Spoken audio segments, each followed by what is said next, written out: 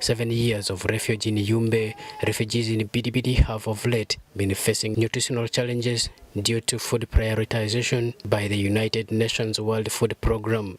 As challenges intensify in the settlements, indulging in the livelihood activities for self-food production is the remaining solution to the feeding gaps.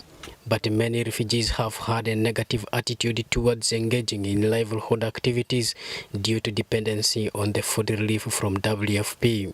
Hafizu Luambo, Assistant Settlement Commandant at Bidibidi Refugee Settlement, says refugees require mindset change to overcome the dependency syndrome. The aspect of mindset change has been the biggest challenge, and that's one thing that has been making them lag behind.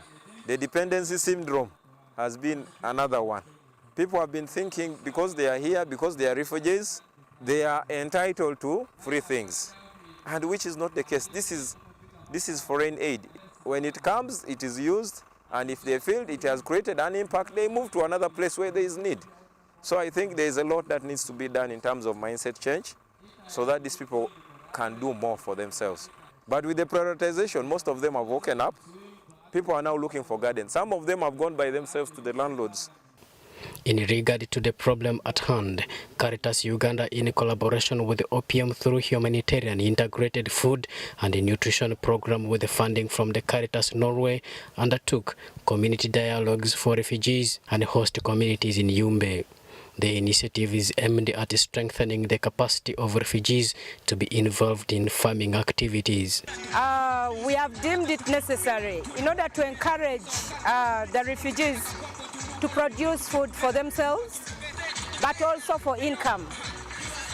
In the beginning, when we had just begun the interventions, refugees were so much looking towards the food ration, and it was not easy to convince them to come and produce for their households.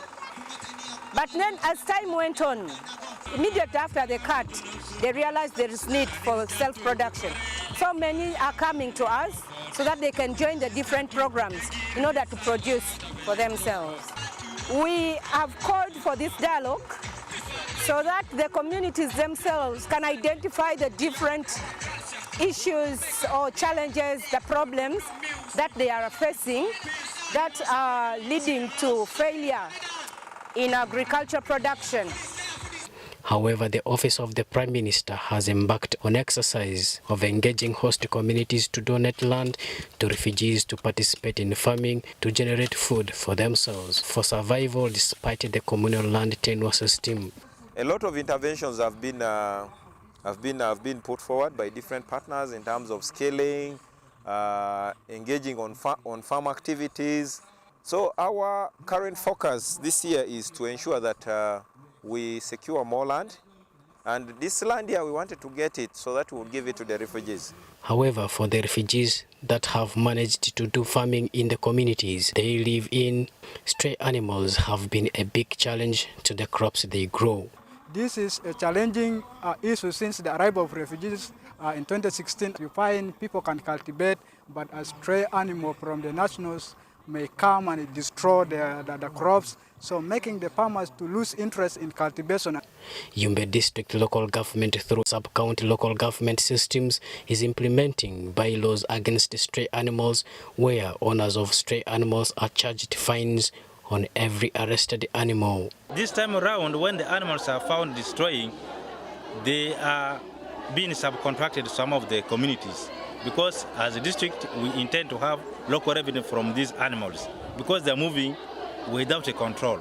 So the owners will come and get these animals from the sales or from the wards or in the parishes, so that they will be fined, and then after getting the animals with the heavy fine, definitely it will be a way of reducing, actually managing these animals at their own homes.